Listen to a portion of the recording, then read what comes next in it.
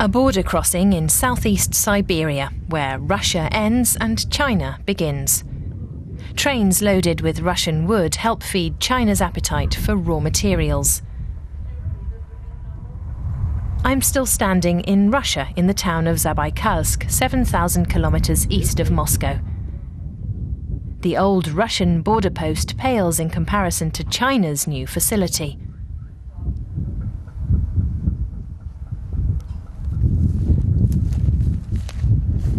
The remains of bunkers dot the landscape in the hills around Zabaikalsk.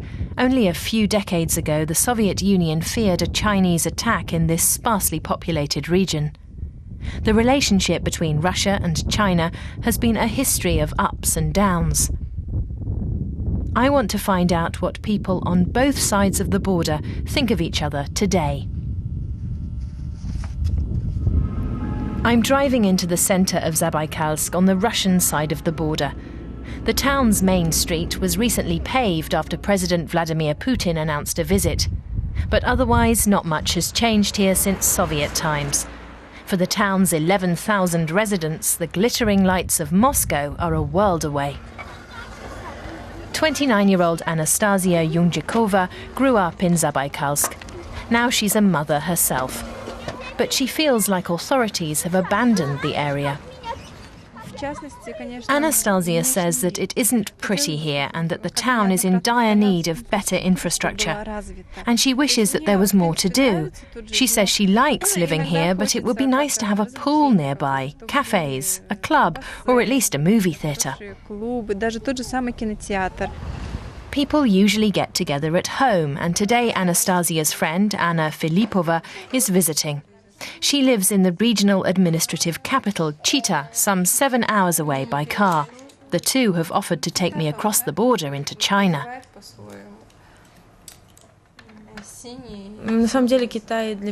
Anna says that China is close to her heart and that she likes the country's culture, literature and the Chinese attitude toward life. She's been learning Chinese since the first grade and thinks that it's an interesting language. Before we cross into China, we take a detour through the town of Mirnaya. In Soviet times, soldiers were stationed here to keep watch over their neighbour. The troops were withdrawn after the collapse of the Soviet Union. Anna is a journalist and often reports on the region's former garrison towns like Mirnaya. Many are now falling into disrepair. She doesn't understand how the Russian government can simply look the other way and let that happen.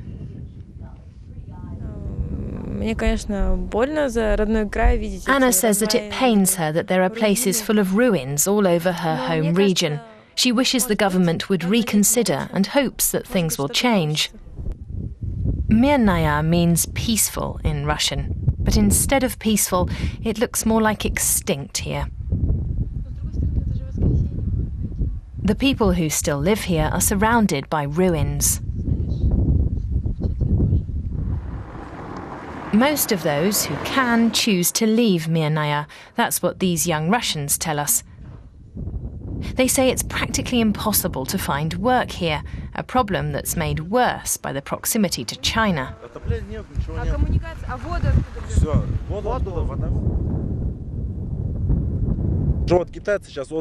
Andrei Podoyuzin says that a roof tile factory recently built nearby hired mostly Chinese migrant workers, not Russians.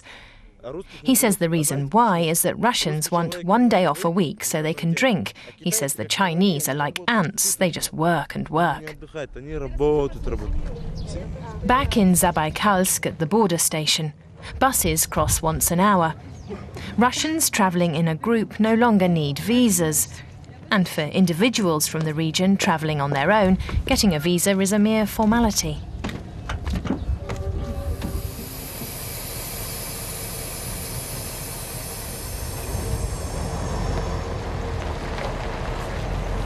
I'm not allowed to film the passport and customs controls on either side.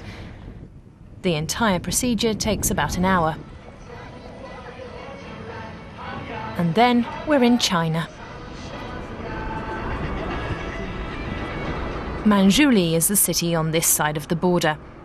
I'm impressed by the large new buildings and the roads that are in top condition.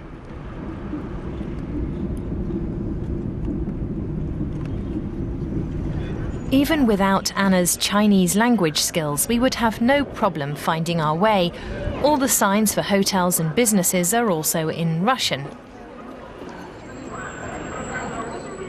2 decades ago, Manzh was just a village. Nowadays, the booming commercial hub is home to some 300,000 people.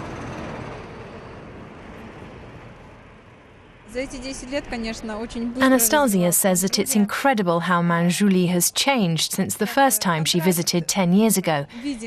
It's a stark contrast to Zabaikalsk, where not much has changed. She says Manzh's goal of attracting visitors has been an incentive to develop faster and faster every year.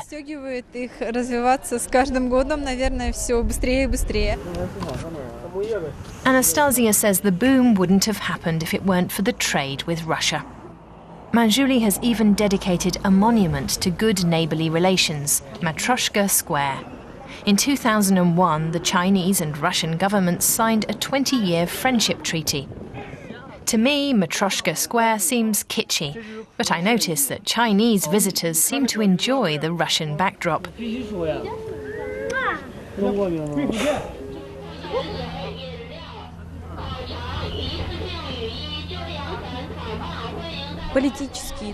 Anna points out that Russia and China almost always back each other's political positions, and she thinks that's good.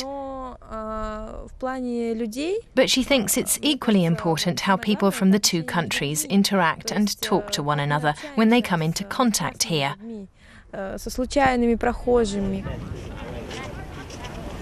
Anna plans to move to China, most likely to Manzh for a few years at least. She says she could earn a good living teaching Russian. But for Anastasia, the idea of living in China is unimaginable. She still has reservations about the Chinese.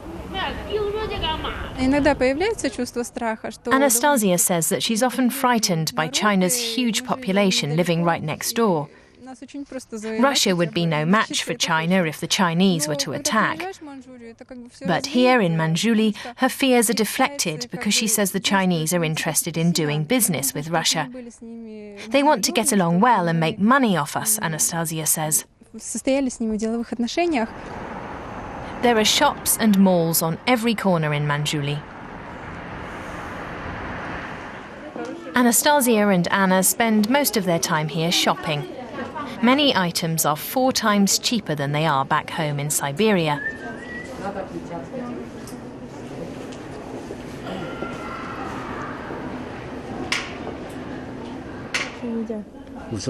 Prices are even cheaper if you know how to bargain.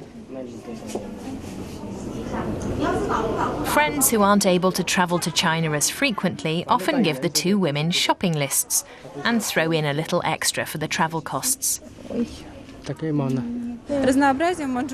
Anastasia says that the selection is a lot bigger than in Zabaikalsk.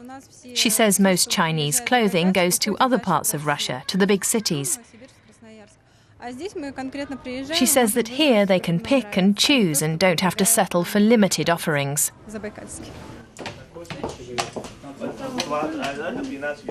Salespeople in Manzh all speak at least a little Russian.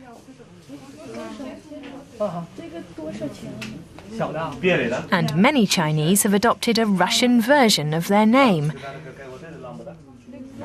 Shop owner Chang Xion-feng tells his Russian customers to call him Andrei. Business is brisk today, and he sings the praises of his Russian neighbours. The small businessman says that Russians are good people and friends. When Mao and the communists liberated China 70 years ago, the Soviet Union was like an older brother. Lenin and Stalin were friends of China. They did a lot to help us, says Chang. But everywhere you look in Manzh, it's plain to see that China no longer wants to play the part of little brother. It doesn't need help from Russia. It wants to buy Russian raw materials. While Anna and Anastasia continue their shopping spree, I pay a visit to one of the many sawmills on the edge of town. China's economy takes all the wood it can get from Russia. The trade helps create new jobs. Sawmill manager Wan Wei says 12,000 jobs have been added in Manzh alone. Wan Wei says that wood is needed everywhere in China. His country has few forests and depends on deliveries from Russia. In return, the Russians often re-import finished wood products. The mill likes good quality and ships its lumber all over China. I caught up again with Anastasia and Anna at one of Manzhuli's numerous restaurants. The two don't go out to eat very often back home in Siberia since it's more expensive, and they say the food doesn't taste as good.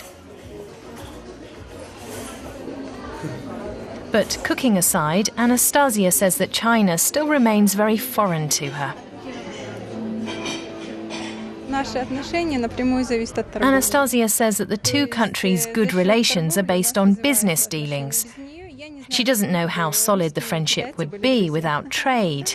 She says Russians and Chinese have a different mentality and that the two cultures are not alike. But so far it would appear the arrangement is working well. After dinner, the two friends head back out shopping. Back home in Zabaikalsk, shops would be closed at this time of day and the town would be deserted. To me, Manzh also seems livelier and more modern. I can understand why Russians living near the border look to China with awe and envy, and fear that Russia is falling further and further behind.